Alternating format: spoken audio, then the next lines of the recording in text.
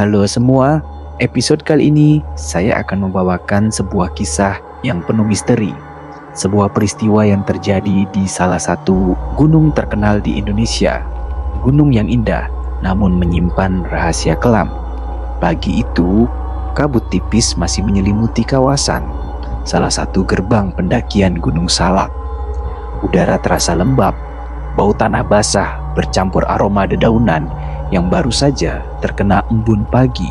Raka turun dari motor, menepikan helm, lalu menatap gerbang pendakian yang berdiri kokoh di depannya.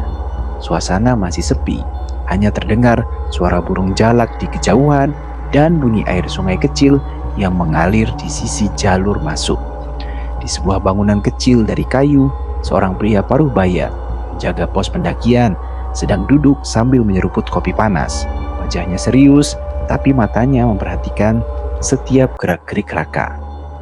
"Pagi mas, mau naik lewat sini," ucap penjaga pos.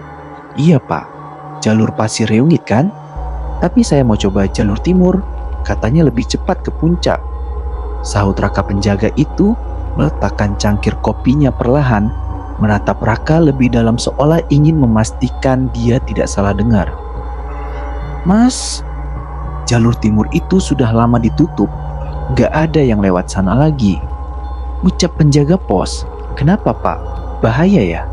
"Hehe, saya sudah biasa naik gunung sendirian," ucap Raka dengan senyum santai. Penjaga itu menarik napas panjang. Suaranya pelan, tapi nadanya tegas.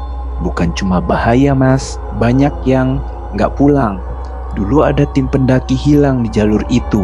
Ketemu cuma barang-barangnya aja, orangnya enggak. Sampai sekarang pun gak pernah ketemu," ujar penjaga pos. Raka hanya tertawa kecil, menganggap cerita itu sekadar bumbu mistis untuk menakut-nakuti pendaki. "Ah, paling cuma nyasar terus gak ketemu. Lagian saya bawa kompas, GPS, peta. Aman, pak," ucap Raka. Penjaga pos itu menggeleng pelan. Wajahnya tampak menegang, seolah menahan sesuatu yang tidak ia ceritakan. "Mas, dengar saya baik-baik. Jalur timur itu bukan soal nyasar. Orang bisa jalan berhari-hari, muter-muter di tempat yang sama. Ada yang bilang, di sana ada jalannya orang mati. Kalau mas tetap mau lewat, jangan jawab kalau ada yang manggil nama," ucap penjaga pos. Raka terdiam sejenak. Meski merasa tidak percaya, ucapan itu membuatnya merinding. Tapi rasa penasaran jauh lebih besar daripada rasa takutnya. "Baik pak, terima kasih peringatannya. Saya cuma mau coba jalur sepi biar lebih tenang," sahut Raka dengan santai. Ia menandatangani buku pendaki, lalu mengangkat ranselnya.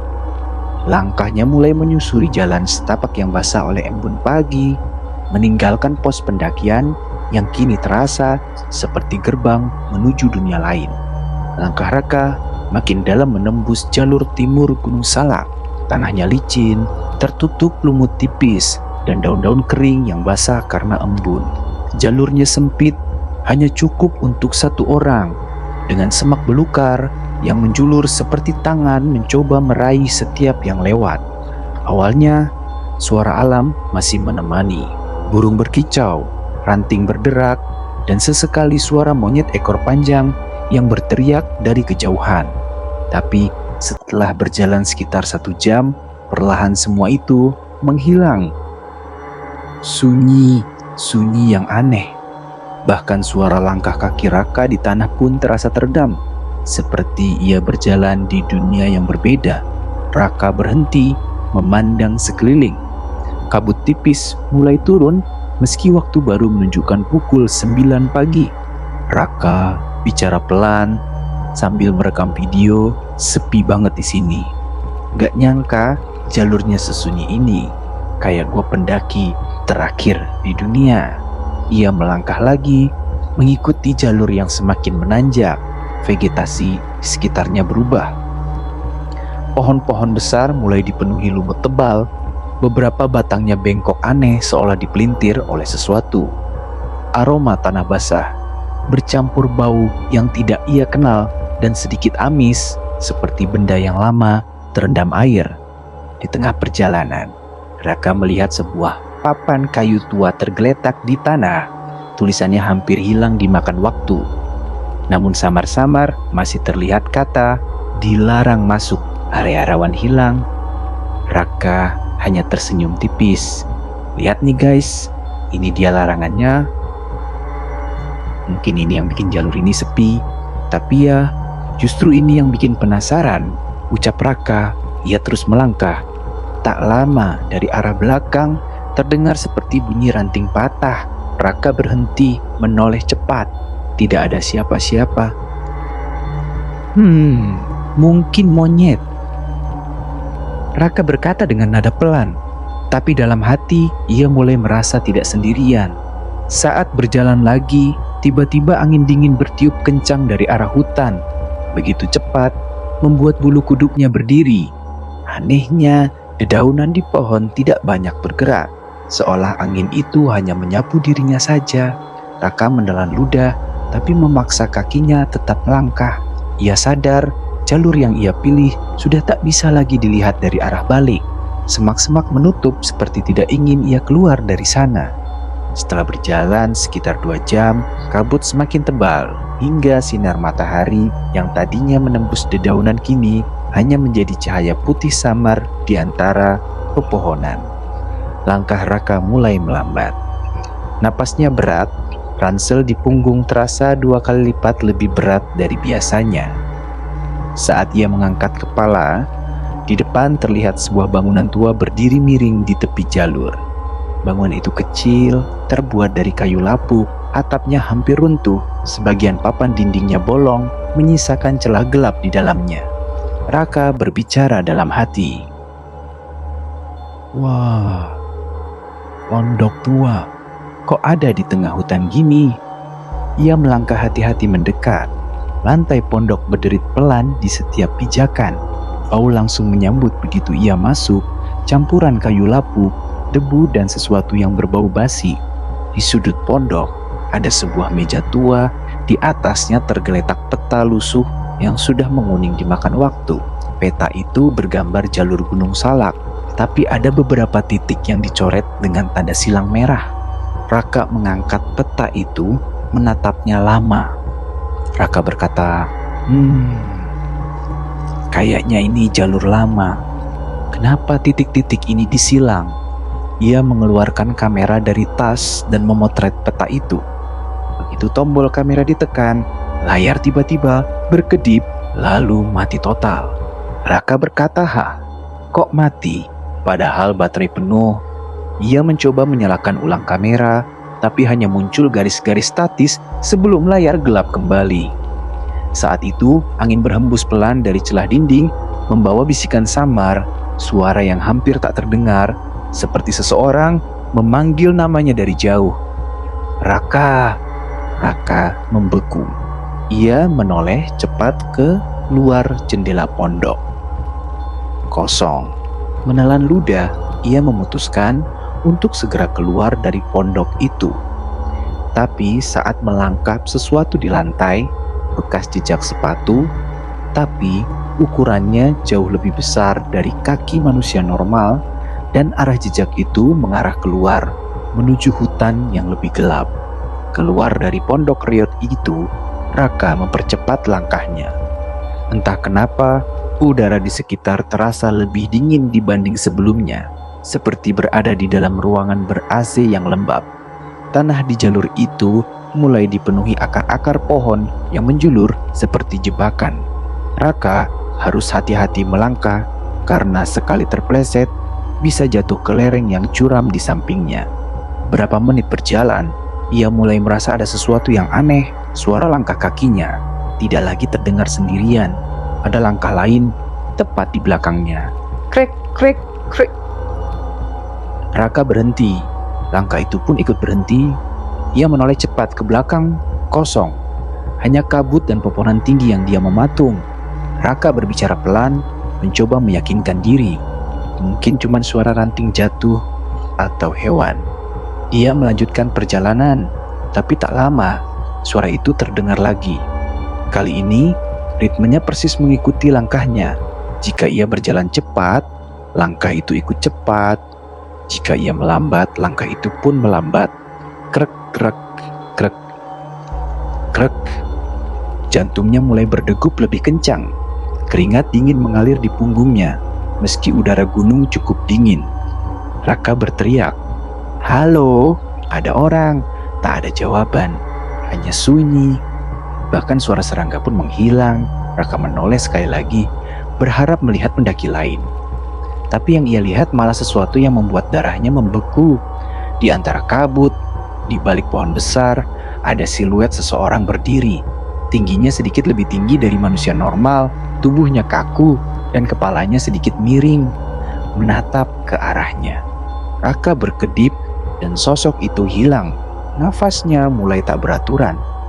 Raka bergumam, "Aku cuma halusinasi, cuma capek." Tapi saat ia kembali menoleh ke depan untuk melanjutkan perjalanan, suara langkah itu kini terdengar bukan di belakang, melainkan di sampingnya, sejajar. Seolah ada sesuatu yang berjalan bersamanya, tak terlihat. Langit mulai gelap ketika Raka sampai di sebuah tanah datar yang biasa digunakan pendaki untuk beristirahat. Meski tadinya ia berencana turun lebih cepat, kabut tebal dan lelah membuatnya memutuskan untuk bermalam di sana.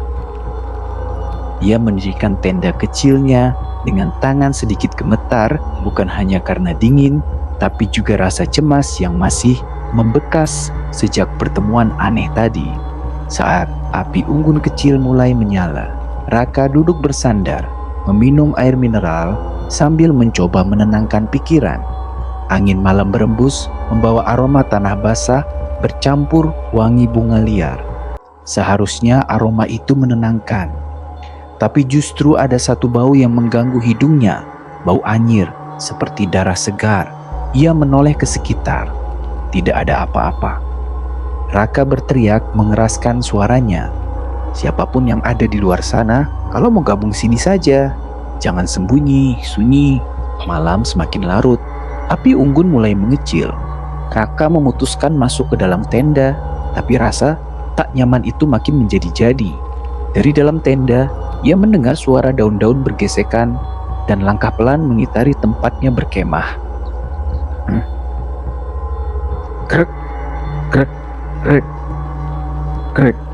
Suara itu bergerak memutari tendanya, berhenti, lalu berpindah ke sisi lain. Raka berkata dalam hati, "Pasti cuma hewan." Iya, cuma hewan. Tapi pikirannya langsung berubah ketika ia mendengar bisikan, lirih namun jelas di telinga. "Balik." Sebelum terlambat, Raka langsung membuka resleting tenda dan mengarahkan senter keluar. Kosong, hanya kabut tipis yang berputar di antara pepohonan. Saat ia hendak kembali menutup tenda, sorot senternya menangkap sesuatu di kejauhan, sesosok manusia dengan pakaian pendaki lusuh, wajah pucat, dan mata melotot kosong. Mulutnya terbuka, seakan hendak mengatakan sesuatu, tapi tak ada suara keluar. Raka terpaku. Sosok itu mengangkat tangan, menunjuk ke arah jalur menurun. Raka berteriak, "Siapa? Kamu?" Sosok itu tak menjawab, hanya berdiri diam. Tapi ketika kabut kembali menutupnya, sosok itu menghilang seperti asap. Pagi itu, Raka terbangun dengan kepala berat. Api unggunnya sudah padam total, dan udara pagi yang menusuk tulang membuatnya malas keluar dari tenda. Tapi rasa penasaran mengalahkan rasa dingin. Ia teringat jelas sosok semalam, pendaki berpakaian lusuh yang menunjuk ke arah jalur turun. Raka membuka pintu tenda dan melangkah keluar. Yang pertama, ia lihat membuat jantungnya berdegup keras. Di tanah, tepat di depan tendanya, ada jejak sepatu yang memutari tenda. Bukan satu atau dua, tapi banyak, bercampur, seperti ada beberapa orang yang berjalan berputar semalaman. Tapi anehnya, jejak itu bukan hanya mengitari tendanya. Ada satu baris jejak yang jelas mengarah ke jurang kecil di dekat situ. Saat Raka mendekat, ia merasakan hawa dingin yang berbeda. bukan sekadar dingin udara gunung, tapi seperti berada di dekat sesuatu yang tak terlihat. Raka berbicara pelan. "Kalau memang kamu mau aku ikut, kasih tanda yang jelas." Tiba-tiba dari dalam kabut terdengar bunyi lonceng kecil. Dentingan itu pelan tapi berulang, seperti berasal dari arah jurang. Raka berjalan pelan mendekat, mengikuti suara itu. Saat ia tiba di tepi jurang, matanya membelalak. Di sela bebatuan yang tertutup lumut, ia menemukan sobekan jaket gunung berwarna merah pudar. Jaket itu terlihat sangat tua, bahkan resletingnya sudah berkarat. Raka meraih sobekan itu, dan ketika jemarinya menyentuh kain, dentingan lonceng langsung berhenti. Suasana jadi sunyi mencekam. Tiba-tiba, di sudut matanya, ia melihat sosok yang sama seperti semalam, berdiri di seberang jurang. Kali ini lebih jelas. Wajahnya pucat kebiruan, kulit tangannya mengelupas, dan matanya memandang tajam ke arah Raka. Sosok itu berkata dengan pelan, "Jangan turun sendiri." Sebelum Raka sempat bertanya, kabut tebal kembali menelan sosok itu. Raka berjalan perlahan kembali ke jalur utama sambil membawa sobekan jaket merah yang ia temukan.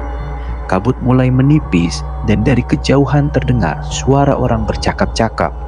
Ia merasa sedikit lega, mungkin ia akan bertemu pendaki lain. Saat ia mendekat, terlihat seorang pria tua berjaket tebal duduk di sebuah batu besar. Rambutnya sudah memutih, namun matanya tajam. Di sampingnya ada tas carrier yang tampak usang seperti sudah digunakan bertahun-tahun. Pendaki tua berkata, "Kamu bukan dari kelompok kemarin kan? Aku lihat kamu sendirian." Raka pun menjawab, "Iya, saya sendirian. Tadi malam saya lihat sesuatu." Menunjukkan sobekan jaket, "Saya nemu ini dekat jurang." Pria tua itu langsung terdiam. Tatapannya berubah serius. Ia menghela napas panjang lalu menatap Raka dari ujung kepala sampai kaki. Pendaki tua berkata, "Itu milik Dimas."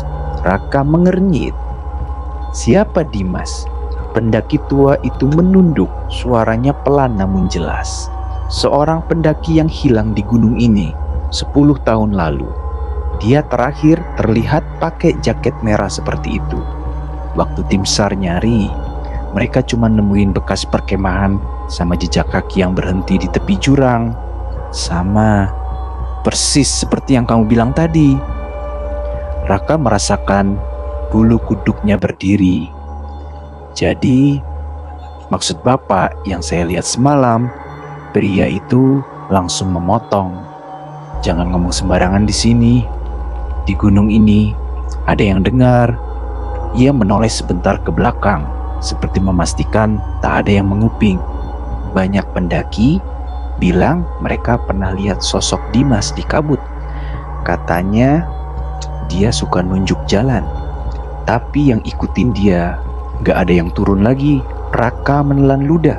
Kenapa dia nunjuk jalan kalau malah pendaki tua itu kembali memotong? Bukan jalan keluar yang dia tunjuk. Dia nunjuk jalan pulang ke rumahnya. Angin tiba-tiba bertiup kencang, membuat dedaunan bergoyang liar. Pria itu langsung berdiri. "Kamu dengerin baik-baik. Kalau nanti kabut turun lagi dan kamu dengar bunyi lonceng, jangan sekali-kali kamu ikuti. Lari ke arah yang berlawanan." Sebelum Raka sempat bertanya lebih banyak, pria tua itu sudah mengangkat tasnya dan berjalan cepat menuruni jalur, menghilang di balik pepohonan. Raka berdiri kaku, menggenggam sobekan jaket merah itu erat-erat. Ada perasaan yang sulit ia jelaskan, antara takut, penasaran, dan perasaan bahwa ia sekarang sudah masuk terlalu jauh ke dalam misteri ini. Langkah Raka terasa berat. Ucapan pendaki tua tadi berputar di kepalanya. Kalau kabut turun dan kamu dengar bunyi lonceng, lari ke arah berlawanan. Langit yang tadinya cerah mendadak redup. Awan kelabu berkumpul di atas puncak. Dari kejauhan, suara gemuruh pelan terdengar. Bukan petir, tapi seperti dengungan rendah yang membuat telinga Raka terasa berdengung. Lalu, kabut itu kembali datang. kali ini lebih tebal, bergerak cepat menyelimuti jalur pendakian. Udara jadi dingin menusuk. Napas Raka berubah menjadi uap tipis. Raka mempercepat langkah, tapi pandangannya mulai terbatas hanya 2 meter ke depan. Saat itu, suara itu muncul. Kling, kling, kling, suara lonceng. Raka langsung teringat peringatan tadi. Ia berhenti, mencoba mencari sumber suara. Suara itu terdengar dari arah kanan jalur, samar tapi jelas. Kemudian sebuah suara memanggilnya, "Raka." Suara itu begitu akrab, Raka membeku.